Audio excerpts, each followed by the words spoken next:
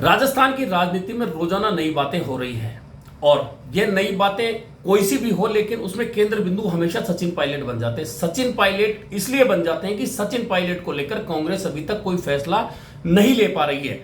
26 मई को सोचा जा रहा था कि दिल्ली में बैठक है और प्रभारी ने भी कहा था कि सचिन पायलट उस बैठक में शामिल होंगे और माना जा रहा था कि शायद उस बैठक में कोई सामंजस्य बैठे, दोनों नेताओं अशोक गहलोत और सचिन पायलट के बीच में आला कमान कोई सामंजस्य बिठाई, लेकिन वह बैठक अचानक कैंसिल हो गई। जैसी बैठक कैंसिल होती है, अशोक गहलोत का बयान आता है कि जो लोग पेपर लीक के बाद में आर्थिक मुआवजे की मांग कर रहे हैं उनकी बुद्धि का दिवालियापन है। यानी कि उन्होंने बैठक कैंसिल होते ही सचिन पायलट पर अप्रत्यक्ष रूप से निशाना साधा। निशाना इसलिए साधा क्योंकि सचिन पायलट के मंच से 15 मई को यह मांग हुई थी जब जनसंघर्ष यात्रा की समाप्ति हुई थी। यानी कि कुल मिलाकर अशोक गहलोत ने अब तक सचिन पायलट की तीनों मांगों को बिल्कुल नकार दिया है।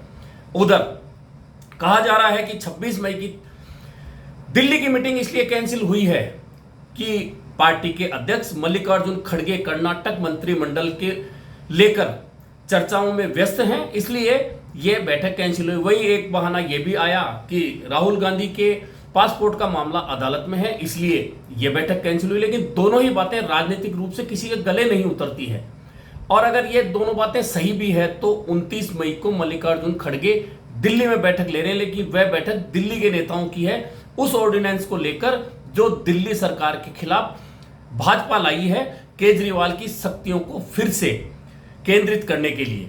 यानी कि कुल मिलाकर राजस्थान से ज्यादा जरूरी उनके लिए दिल्ली का अध्यादेश है, कांग्रेस के लिए दिल्ली का अध्यादेश है और मल्लिकार्जुन खड़गे वह मीटिंग बुला रहे हैं। इस बीच राजस्थान में दूसरी पार्टियों की उपस्थिति धीरे धीरे बढ़ रही है। आप धीरे धीरे अपनी ताकत बढ़ा रही है और आने वाले दिनों में केजरीवाल जयपुर में एक बड़ी बैठक करने वाले हैं, बड़ी मीटिंग करेंगे, रोड शो करेंगे। वहीं गंगानगर, बीकानेर और हनुमानगढ़ में पहले भी असरकारक रही दिल्ली की जेजेपी। हालांकि जेजेपी अब पार्टी का नाम हुआ है, पहले पार्टी लोकदल के हिसाब से चल रही थी, अब उसका नाम जेजेपी हो गया। तो जेजेपी के नेता आए थे राजस्थान में, उन्होंने कहा है कि बीजेपी के साथ में वे चुनाव लड़ेंगे, विधानसभा चुनाव लड़ेंगे। यानी कि बीकानेर संभाग में पहले भी उनका कुछ असर रहा है, 2 से 3 सीटें उन्होंने पहले भी जीती थी। ऐसे में वे बीजेपी के साथ, जहां बीजेपी कमजोर है, उन सीटों पर चुनाव लड़ेंगे। वहीं ओवैसी की पार्टी एआईएमआईएम राजस्थान में चुनाव लड़ने की तैयारियां कर रही है और बताया जा रहा है कि 40 के लगभग सीटों पर ओवैसी की पार्टी राजस्थान में चुनाव लड़ेगी। वहीं बीटीपी वागड़ में पहले से ही अपने पैर जमा चुकी है, 2 विधायक उनके अभी हैं और फिलहाल पंचायत चुनाव में भी उन्होंने ठीक ठाक प्रदर्शन किया था। ऐसे में अब कांग्रेस के लिए सिर्फ यह जरूरी नहीं है कि वह आपकी आंतरिक ताकतों या आंतरिक झगड़ों से निपटे, उसके लिए जरूरी यह भी है कि जो पार्टियां अलग अलग क्षेत्रों में उनका नुकसान करने वाली, नुकसान मैं इसलिए कह रहा हूं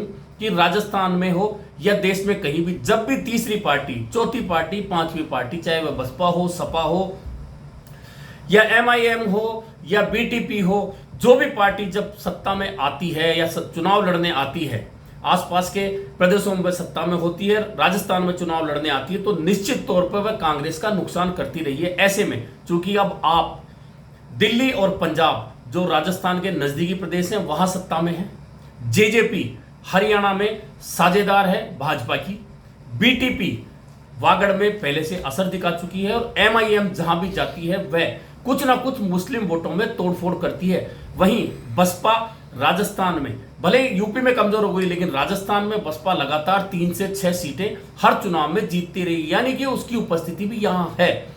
इन पार्टियों से निपटना तो कांग्रेस के लिए अलग बात है।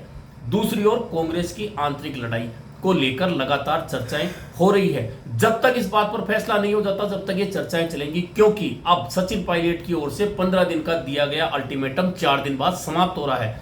ऐसे में बहुत क्लियर है कि सचिन पायलट को 4 दिन बाद में यह स्पष्ट करना पड़ेगा कि उन्होंने जो अल्टीमेटम दिया था उस अल्टीमेटम पर वे खरा उतरने जा रहे हैं या फिर वे सुलह का कोई रास्ता तैयार कर रहे हैं और कांग्रेस में रहना चाहते हैं। इस बीच बहुत महत्वपूर्ण बात बताते हैं, वह यह है कि 31 मई को राजस्थान में प्रधानमंत्री नरेंद्र मोदी का फिर दौरा है।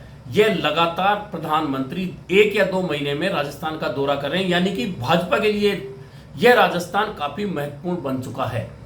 और अजमेर में उनकी सभा होगी 31 मई को। लेकिन इस सभा से पहले महत्वपूर्ण बात नेता प्रतिपक्ष राजेंद्र राठौड़ ने कही है। जब उनसे मीडिया की ओर से सवाल किया गया कि क्या भाजपा के संपर्क में कुछ कांग्रेस के नेता हैं, तो उन्होंने कहा कि नहीं, मैं इस बात का जवाब नहीं दे सकता कि कौन कौन नेता कब कब संपर्क में रहे हैं या हैं।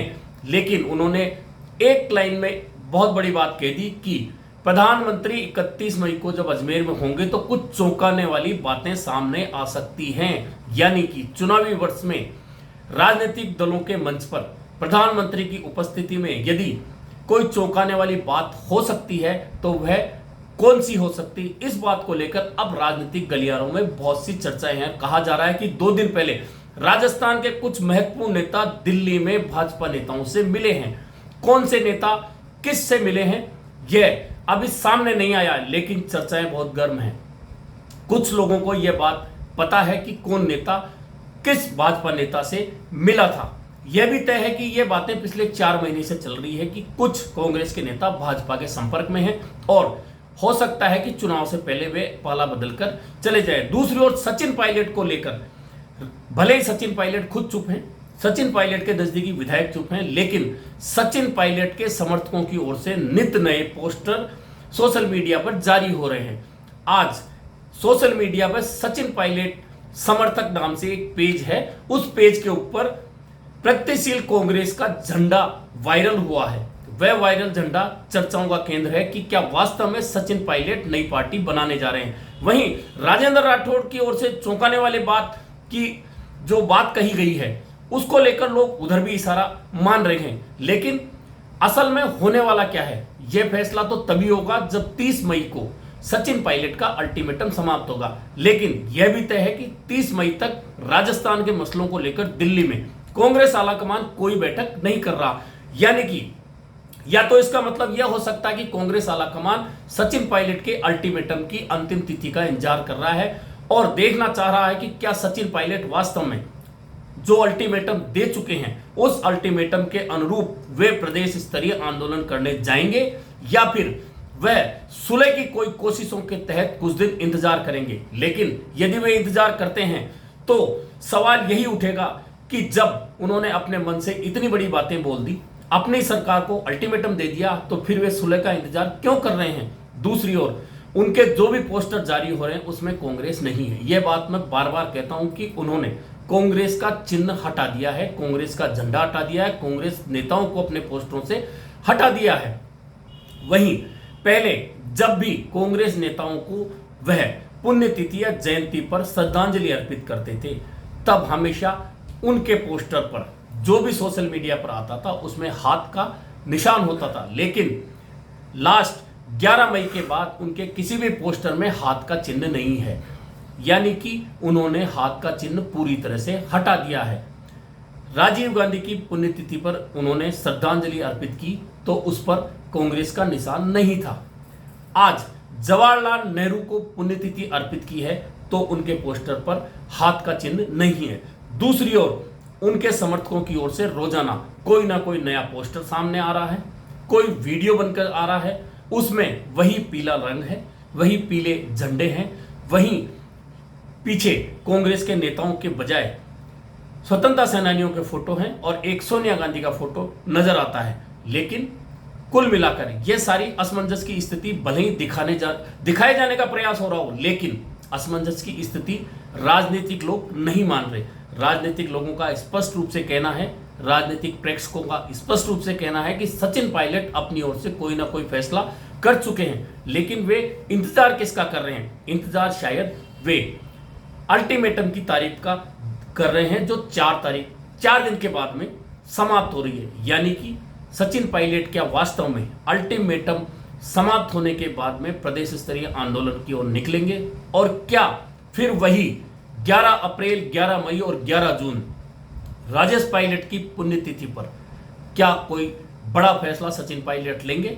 सभी की नजरें इस ओर लगी है। वहीं जिस तरह का दावा राजेंद्र राठौड़ ने किया है कि प्रधानमंत्री के 31 मई के दौरे पर कुछ चौंकाने वाली बातें हो सकती है, उस ओर भी सभी की नजरें लगी है, क्योंकि वही तारीख अल्टीमेटम समाप्त होने की भी है और राजस्थान में सचिन पायलट के प्रदेश स्तरीय आंदोलन शुरू करने की भी है। ऐसे में क्या राजेंद्र राठौड़ की बात का तारतम्य इस अल्टीमेटम के साथ है या वे कुछ और कहना चाहते हैं, उनका इशारा कहीं और है, यह सब स्पष्ट होगा 1 जून को, जब अल्टीमेटम भी समाप्त हो जाएगा, प्रधानमंत्री की राजस्थान की यात्रा भी समाप्त हो चुकी होगी। ऐसे में जो भी निकल कर आना है 1 जून तक इंतजार है सभी को इस असमंजस के खत्म होने का।